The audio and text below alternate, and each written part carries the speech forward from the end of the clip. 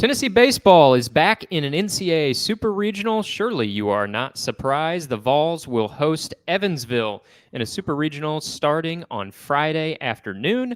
Welcome into the Volunteer State. I'm Blake Toppmeyer alongside the Knoxville News Sentinel's Mike Wilson and John Adams. Guys, no real surprise that Tennessee won its regional. Maybe a surprise to many, I would say, that Evansville won its regional. And so now the Vols have a super regional against the Purple Aces of the Missouri Valley Conference. So, Mike, set the stage for us a little bit. Tell us, how did Tennessee get here in unsurprising fashion, and how in the world did Evansville emerge from its regional and earn the right to play the Vols? Yeah, well, I think the NCAA, when it did these brackets, was hoping for a Wake Forest-Tennessee super regional. And Tennessee held up its part, but Wake Forest absolutely ruined itself in two games in the Greenville Regional and tanked that dream. Tennessee handled business really easily. Honestly, handled business easier than the 2022 team did. When you look at being a number one seed and going into a regional, had a 33-12 run differential, sweeping through three games. They've never lost a home regional game under Tony Vitello. So it was very dominant overall. It wasn't a super strong regional. Indiana was fine. Northern Kentucky was a pretty good 4 seed, actually, I think, but Southern Miss was a meh 2 seed overall. Whereas Evansville went into the 16th national seed, East Carolina, which many thought might have been overseeded and didn't deserve a host. And Evansville beat them in game 1, 4-1. Freshman pitcher Kenton Deverman, Missouri Valley freshman of the year. Friday night guy threw 8 innings in the win, kept them in the right side. East Carolina knocked out Wake. Evansville absolutely rolled in their game against VCU to move to the final, lost to ECU, and then had a tremendous comeback win in game 7 on Monday with a 3-run homer in maybe the 6th inning or so. It's an older team, good team, and they really emerged beautifully from that regional.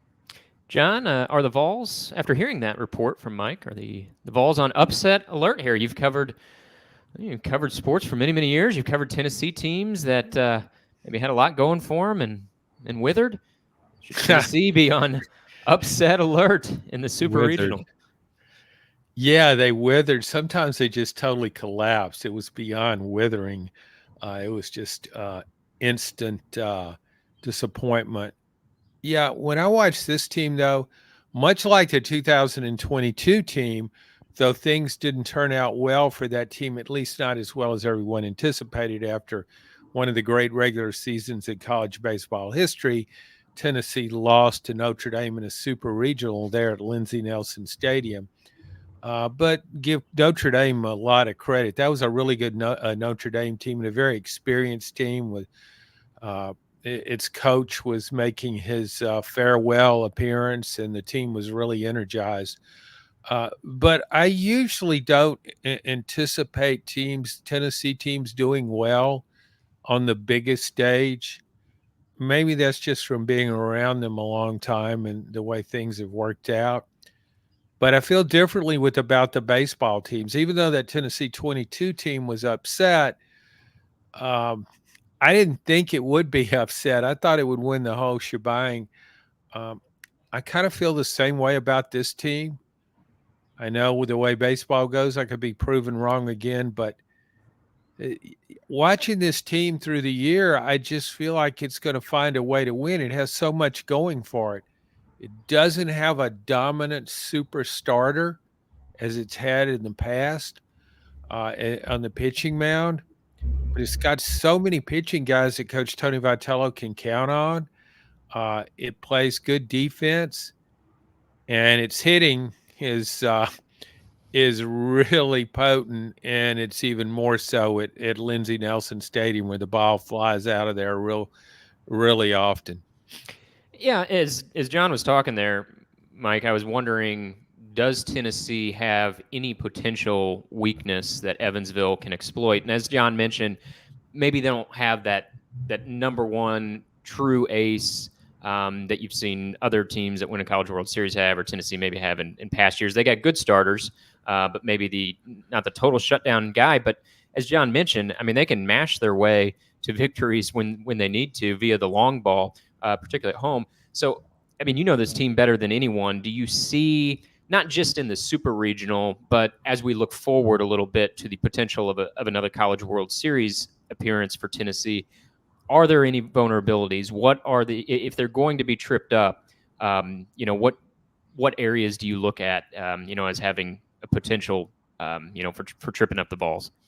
Yeah, I would have said going into Hoover, there were two potential ones, but Tennessee and Hoover eliminated one. They kind of eliminated the other through the regional. In the regional, one of the spots, their lineup's been largely carried by the top six in the lineup. That's kind of been where the production has been. But Dean Curley got out of SEC play and got right back to smashing the baseball. Kind of struggled as a freshman through SEC play, but hit a pair of homers in the regional, had a really good tournament. And then Cal Stark in the 9-hole had 3 homers in the regional. So suddenly Tennessee's bottom of the order is producing and hitting home runs, and that changes that, because that bottom third hasn't always been consistent throughout the season. So check that one kind of off the list. The other one's just pitching depth. As John mentioned, and as is the reality, they really only have one true starter in Drew Beam. Xander Sechrist has probably put himself in the mix as being called a starter now. I think he's been viewed more as an opener throughout the year, but he's gotten to at least the 5th inning, three straight starts, with 2 of those being quality starts. And honestly, he was really good against Southern Miss, just had a couple of bad breaks. So it's still the pitching staff to me. I mean, if something goes wrong, like AJ Causey is probably the reason Tennessee's pitching staff is what it is, because he piggybacks off Chris Stamos on Friday nights. If Causey was to struggle in that role and not go 4 or 5 innings, that throws Tennessee off schedule in a dramatic way. They're also not probably truly deep enough to afford to go into a loser's bracket in Omaha, although I would have said the same thing again going into Hoover, and they proved they were, because they got Dylan Loy throwing 4.2 against LSU. So that pitching depth, or not knowing what you're going to get from some of the depth, might still be that spot, but that hasn't come into play in the postseason again because Tennessee stayed on the right side. John, you've covered so many coaches with years at Tennessee. At times, it was a revolving door of football coaches. That's slowed down now. Not so much in Lady Vols basketball, but you've also seen men's basketball coaches come and go and on down the line. And now you see Tony Vitello here at baseball just become, I mean, really truly a folk hero in East Tennessee, and with his success, with his off the field popularity, etc.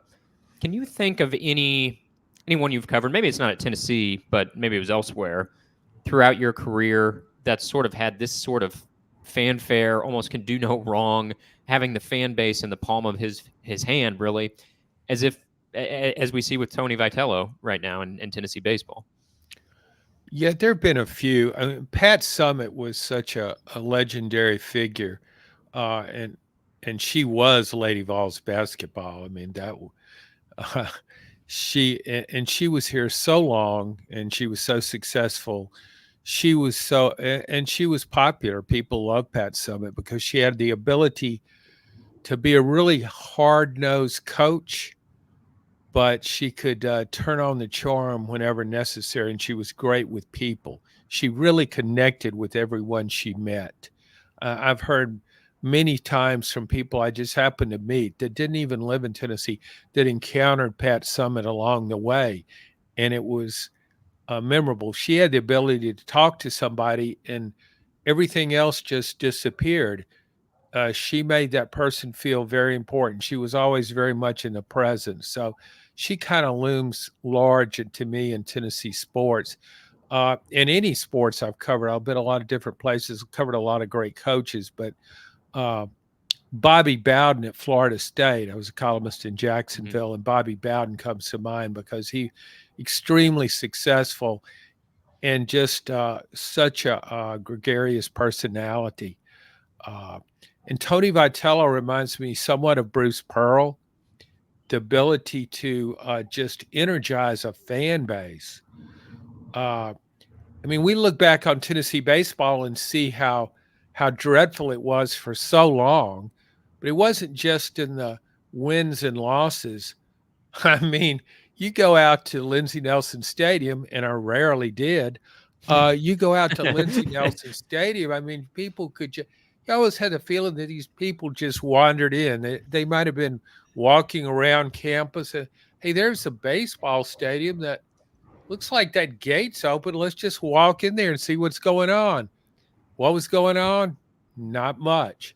And so you'd have Earl and Judy Brown there sitting behind home plate, and maybe 100 other people on a good day, and nobody cared. I mean, it was just it was it was a ticket you didn't worry about getting. I'm not even sure everybody had a ticket. But Tony Vitello, like Bruce Pearl, just energized the fan base, and people wanted to connect with the program. And now, when you go out to that stadium, really because of Vitello, you just it's like a 3.5 hour celebration. People, uh, and Tony Vitello, the thing about him, he seems to like being around people. It's not a job for him to come on a radio show or to go out in public or to go up to other Tennessee events. Bruce Pearl was the same way. Tony Vitello is a huge sports fan. And if Tennessee's playing something in the games of any significance, he'll probably be there. He's all in. And he's so good with the media, in that he can kind of, and Mike knows this, he can really help a story along with quotes. And he's probably as good as any coach I've ever seen spontaneously during an event when they do one of those between inning interviews. I mean, he's very witty, and he's so relaxed doing that, and he doesn't worry about how what he says will be perceived by the audience. He's just being Tony Vitello. And so that he's at the heart of this baseball revival at Tennessee, no doubt about it. Mike, do you see that you cover hoops obviously as well? Do you see that Bruce Pearl comparison? And also, how would you describe Tony's demeanor this postseason as compared to some of his past postseason teams you've been around? Is it pretty much the same, or do you see any differences there? Yeah, when you asked that question of John, my first thought was Bruce Pearl, largely because of the ability to inject life. I think that's what you've seen, is taking a dormant program, to put it lightly, in both instances, and revive it. But again, to touch on John, it's his ability to market the program, market himself, market the team. I mean, he took that on very early on in his tenure. And to speak to John's point about him not going to Lindsey Nelson, when I started at the New Sentinel in 2017, it was right around the time Tony was hired. And I told our bosses I'm a baseball guy, and it was like, meh, Tennessee baseball is not really something we pay a lot of attention to. Uh-huh. And now we do. I mean, now we're very, very, very, very committed to it, for good reason. So I bit off a lot there, it turns out, but in a really, really good way. I think you've seen Tony's demeanor change, and that has been the whole season. I think I don't know if dialed back is the phrasing for it, but you see maybe a more deliberate Vitello when it comes to his interactions and reactions.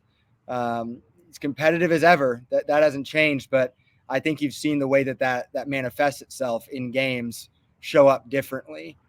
There was a brief moment in Hoover with the Vanderbilt series or Vanderbilt game. I don't remember what caused it exactly, but there's a little bit of chirping between the dugouts, and it was Marcus Phillips getting the last out at first, flipping the ball, and kind of said something to the batter, and the dugouts were chirping, and Tony kind of walked out and gave the thumbs up to the Vanderbilt dugout, and kind of gave it this, we're good, it's not going to escalate. And I think that was just a different team, different maturity from a program. And I know there's narratives about this program from what the 2022 team looked like, but those really haven't been present the last two seasons. It's looked a lot different since the end of that season in terms of how this team conducts itself and goes about its business. Blake, that 2020. Go ahead, John.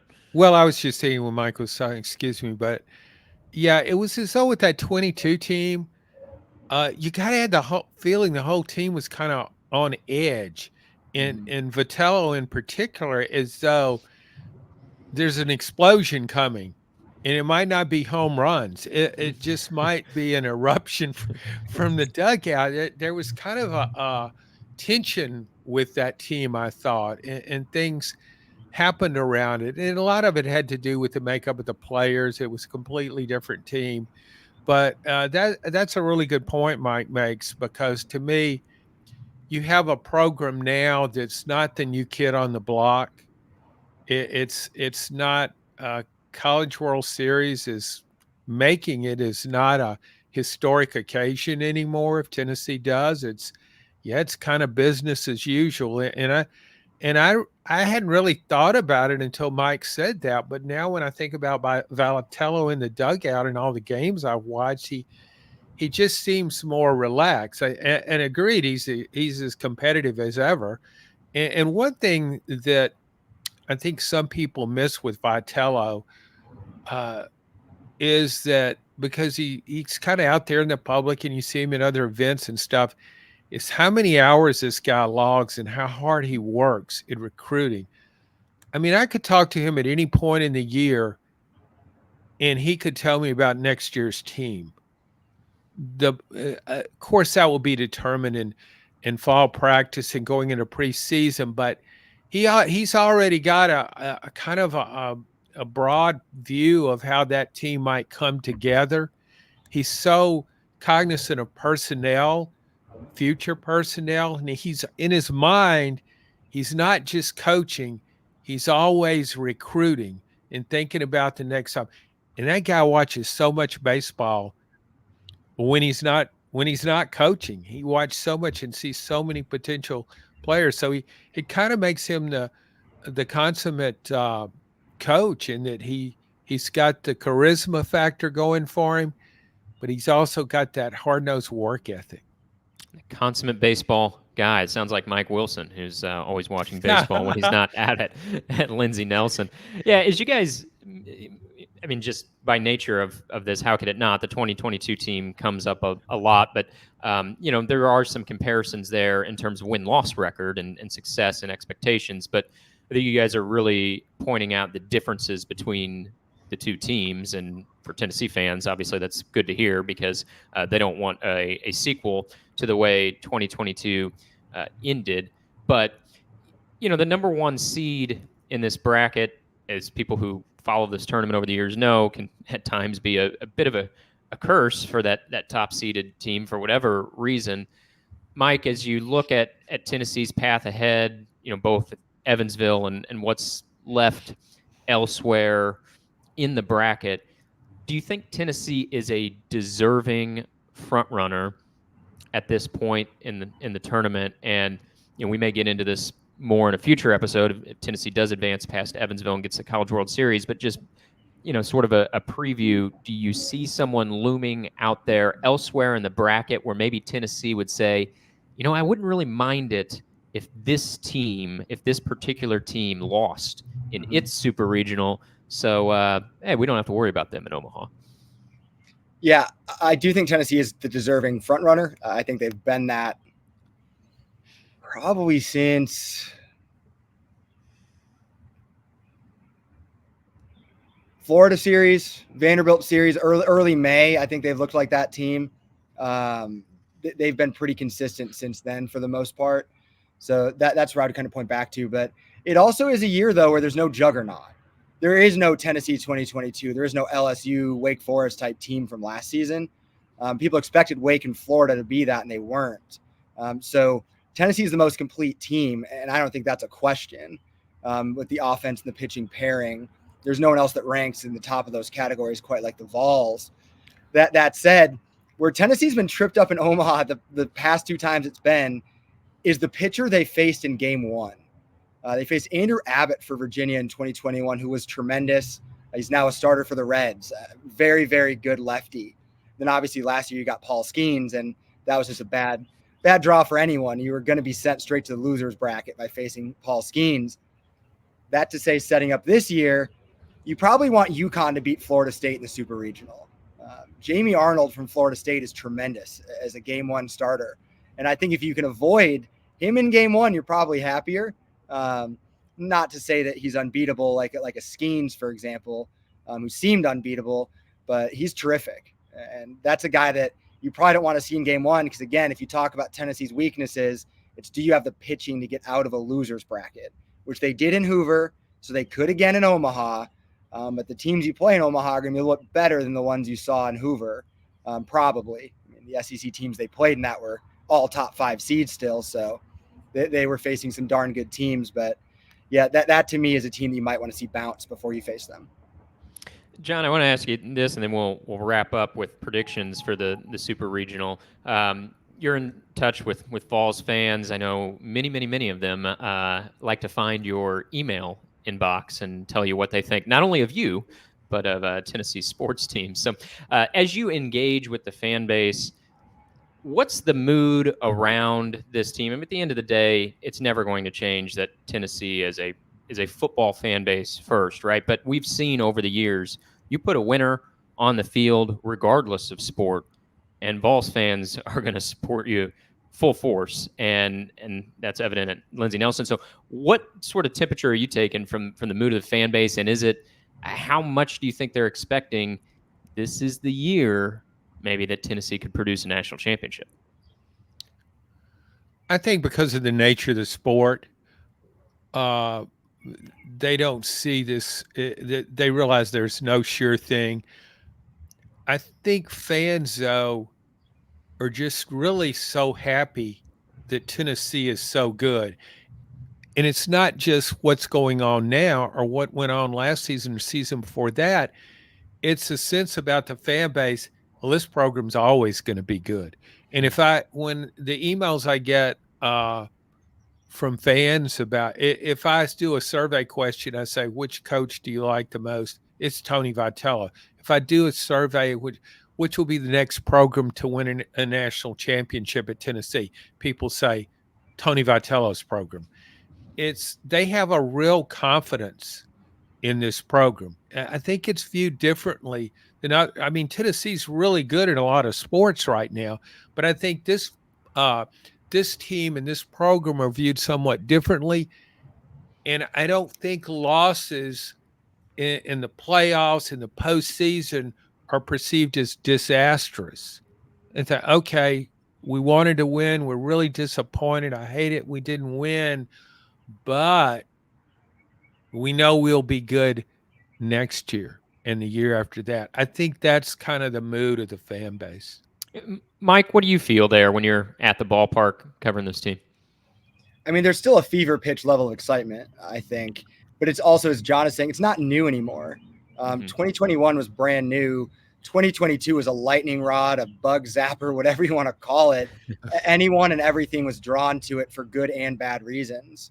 And bad referencing, obviously, opposing fan bases not really being happy with the way that Tennessee played the game of American baseball at that point. But I do think that still exists. I think you talk about a love affair. I mean, that's what's been created between this program and the fan base, and it's ongoing. And I think John's correct. People expect this team now to be in Omaha or contending for Omaha every single year. That's deserved, and that should be the expectation. At some point, too, they're going to start talking about, well, when are you going to win it in Omaha? Because they're in the mix every single season right now. All right, let's get to predictions here. We talked about Evansville at the start, as Mike said, veteran team. Nonetheless, maybe a team that didn't expect to be at this stage. So is it going to be a sweep, or do you think Tennessee's maybe got a little more competition on its hands? What do you guys predict here for the Super Regional? John, let's start with you, and we'll wrap with Mike. Yeah, I expect it to be 2 games and over. And now Mike pointed out that they do have a competent first game starter. I think that will be the game that Tennessee could lose. If it doesn't lose, I think it would still come back and win the next 2, but that's the game it could lose. But I don't think that pitcher, though competent, it is as good as the kind of day one starter it might face in Omaha. So I just think Tennessee's the way it's playing now, and it doesn't have that dominant number one guy pitching, but boy, that Chris Stamos, AJ Causey combination is working so well, and Tennessee's so confident in that. I just really don't see Evansville winning a game with against Tennessee. I would be surprised if it won. Mike, you thinking Yeah, I'm on the broomsticks? same page as John. The game one's the one that's interesting. Again, Deverman's a pitch to contact guy. He's given up 106 hits, 106.1 innings. Doesn't walk anyone. He's a strike thrower, but he gets hit. And when Tennessee hits the ball at Lindsey Nelson Stadium in June, that ball lands in the river. So that's he's a great pitcher, but that's not a great combination when it comes to the Vols. So I do think Tennessee goes through this in 2 and gets back to Omaha. All right, Tennessee will be a heavy favorite in its super regional against Evansville. Mike Wilson's my favorite college baseball writer. You can find all of his coverage of the series over at knoxnews.com. John, of course, will have the commentary as well. And if Tennessee keeps rolling through the bracket, we'll try to keep it rolling here on the podcast. And thanks for listening to this edition of the Volunteer State.